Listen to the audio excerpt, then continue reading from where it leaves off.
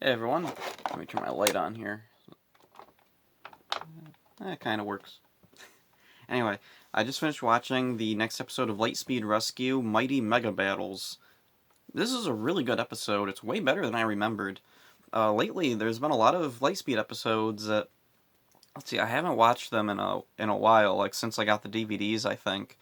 But I remember seeing them as a kid, and I had a few of them on tape here and there. This one, it's another one that I really like a lot more than I remembered liking as a kid. Let's see. It starts off right away. The Rangers are already fighting the monster. We don't have to like wait for the bad guys to make the monster. So they already have it. Infinitor, I think, is his name.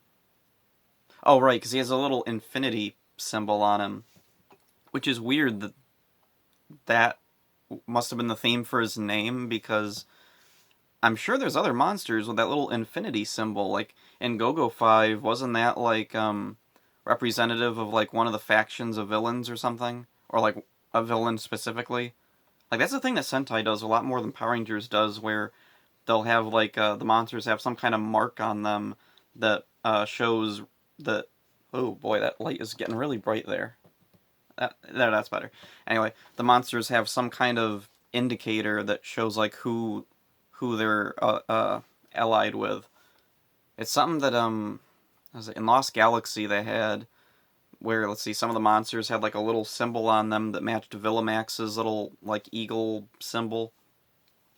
Oh, and the most distracting one though of like those type of like marking symbols was in oh dang it, what was it? In Dino Charge, a bunch of the monsters had those little white faces with let's see, there's laughing faces, crying faces, and angry faces. I think I can't remember. Was there another one? I keep thinking there was another one. Was there? I don't remember. Anyway, that was the thing from Kyryuger. Uh, they would what's the word? I can't think of the word now. It would connect that monster with that face to one of the main villain monsters of Kyryuger. And the really weird thing in Dino Charge, there is like no reference to the fact that all these monsters just happen to have these weird little symbols on them.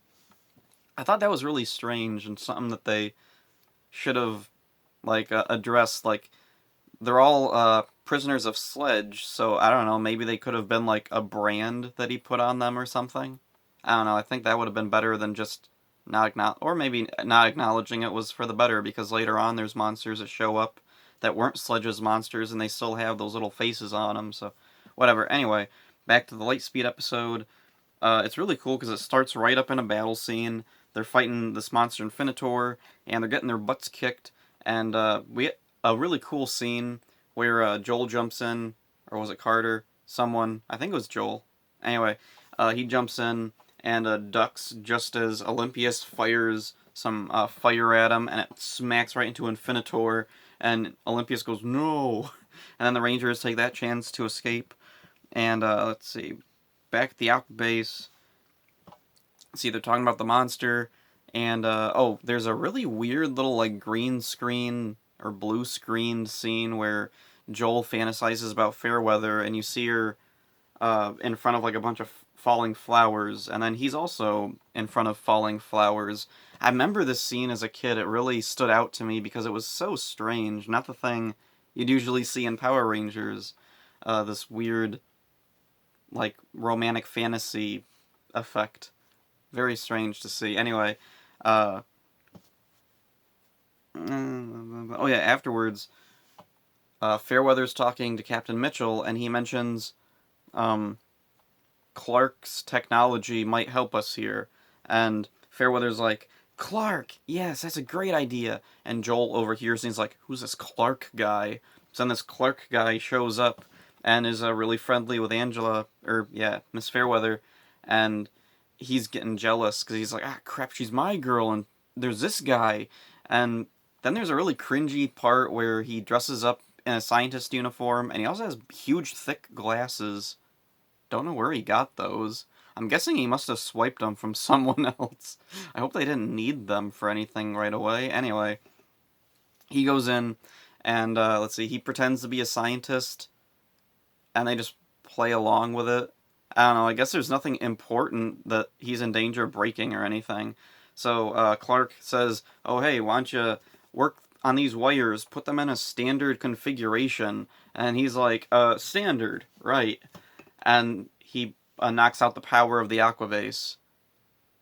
And I do kind of appreciate that they don't linger on this. He doesn't get like yelled at by Mitchell or anything, because too often the Rangers would do some stupid sitcom thing, but then the other characters would suddenly react like realistically to it and be like actually mad at them.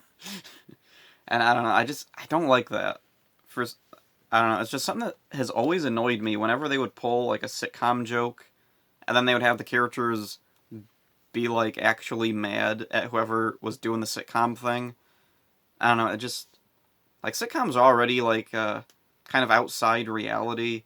They kind of exist in this weird thing where like sometimes there's consequences unless there's a joke. And Power Rangers is in a weird part is like in a weird place where like they do sitcom-y things, but then there's also times when there's like actually stakes to things. Like, oh, one of the things, this episode starts off with the monsters blowing up some buildings. And that was kind of shocking to see that, 'cause especially now they really shy away from showing buildings getting destroyed. Even in the Sentai, I think sometimes now. Although I remember in Q Ranger they showed buildings getting blown up a lot, so I don't know. I haven't been keeping up with Sentai. Anyway, I say anyway. I'm trying to stop saying anyway a lot. Anyway, crap. um, I'm reading my notes here. Oh yeah, Clark and Miss Fairweather go out for drinks in their car, and Joel is spying on them. And this was really weird. And at first, I didn't put it together why he's there. Chad tags along. Joel and Chad are hanging out, spying on Miss Fairweather. It's really weird. Anyway, crap! I said it again. Oh well. He oh yeah, he notices there's a sprinkler near their car, which is a convertible. So he turns on the sprinkler, and then Miss Fairweather and her brother.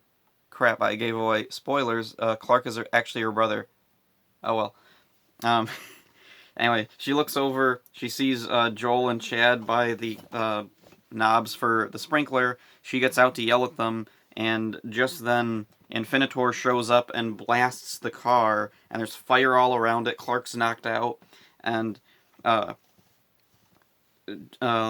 was going on? Joel runs over to save him. He pulls him out of the car, and then him and Chad morph. They fight Infinitor. Miss Fairweather tells them the code to type in to activate the Mega Battle armor. And so they get the Mega Battle armor, and then I realize this is why Chad is there, is because they wanted to have the two male Rangers there, because Ryan's not here at all, and Carter is going to be getting his own armor later on. And I can't remember, does he get Mega Battle armor? I think he does. I don't remember now, but anyway, if he does, it's going to be in his own episode. So this one, Chad is there because he also can have Mega Battle armor because the male Ranger mold for the action figures can just be repainted, put a new head on, and they're green, blue Mega Battle armor. You know, I'm pretty sure the Titanium Ranger did get Mega Battle armor as a toy. I don't remember. When I was a kid, there's a weird thing. I wasn't really big into when they had like special armor for the Rangers. Like right on hand, I have this little red Megaforce Ranger with Ultra Mode armor. And yeah, I didn't get. Actually, usually, most of the time, I don't really get Ranger figures. I wait until later because the Ranger figures are easy to find. Monsters are difficult to find. Anyway, crap, I said anyway again. Oh, well, anyway. Whatever. This, I only have it because I got it in like a lot of stuff. So, yeah. Anyway, as a kid, this really wouldn't have been the type of figure I wanted because I didn't like the armor. I like this normal standard Rangers. I don't know why. As a kid, I just didn't like when they had like armor, like special armor or special weapons or gimmicks to the figures. I just like normal action figures. I don't know, maybe I was a weird kid. Who knows? I didn't say anyway that time. I almost did. So let's see. Blah blah blah. Oh yeah, they defeat They defeat the monster. The other Rangers show up. The monster grows. They defeat him again. And back at the Aqua Base, Joel is all bummed out. and let's see, Fairweather and Clark are eating together. He goes over to talk to them, and Clark's leaving, and he's talking to Fairweather, and he says, "You know what? You deserve a really good boyfriend. I'm glad for you too." And then she's like, "He's my brother," and he's like, "Oh," and then she gives him a peck on the cheek, and episode ends. Everything's happy, and he still has a chance with Fairweather. So anyway, let's see. Looking at my notes, I really like how the mega battle is handled. Let's see. Oh yeah, this was something I. This is really obvious. Like especially like I just watched all of Lost Galaxy a while ago. When Joel saves Fairweather's brother, not knowing that's her brother, he thinks it's her boyfriend, and then later he finds out it's her brother.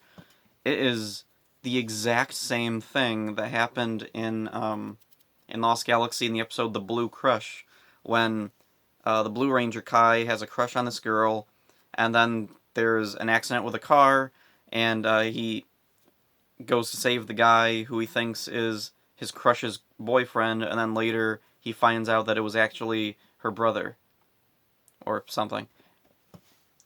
On Ranger Wiki, it said that, oh, what was it? Her sister was getting married, she was a bridesmaid, and this guy was the groom of her sister, or something.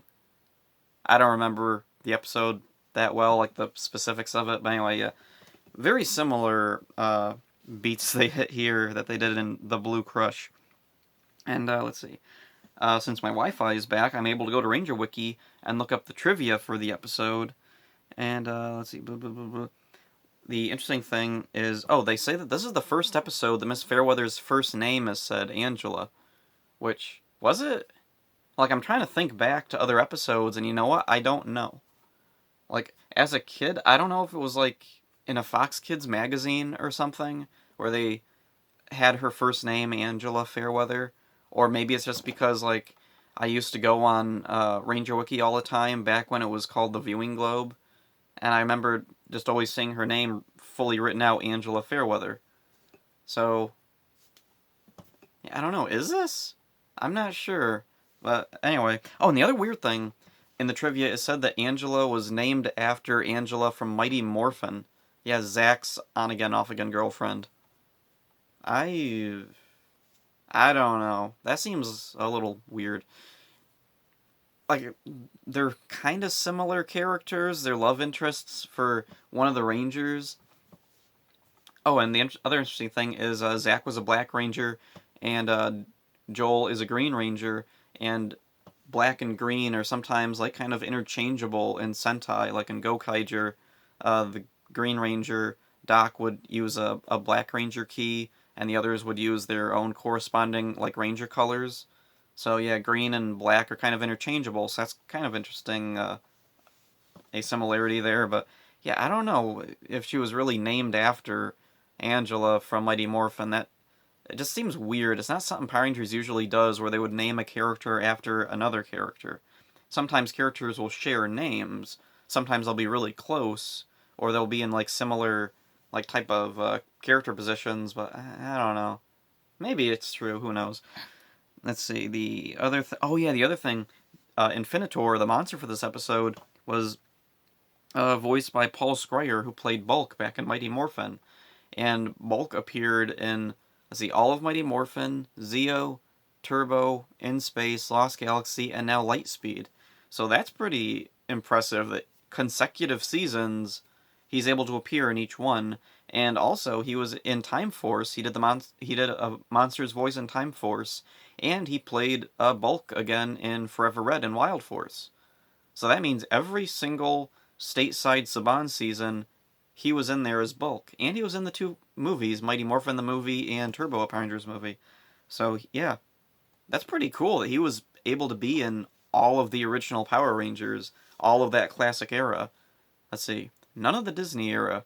They weren't interested in, like, bringing people back or anything. Oh, and there was a funny thing on Ranger Wiki. When I looked up Paul Scryer, there was a... What's that? I thought I heard a beep. Anyway, when I looked up Paul Scryer, for some reason there was trivia about in Hyperforce. It said that he's the oldest Ranger in both in either Power Rangers or Sentai to be on a main team while their season is still going. And at first I was like, what? What season did he become a ranger? And then I remembered, oh, Hyperforce. Does that count as a season that was airing? Whatever. Anyway, I like this episode. This is a really good episode. I found some interesting stuff out about it. Hope you enjoyed this. See ya.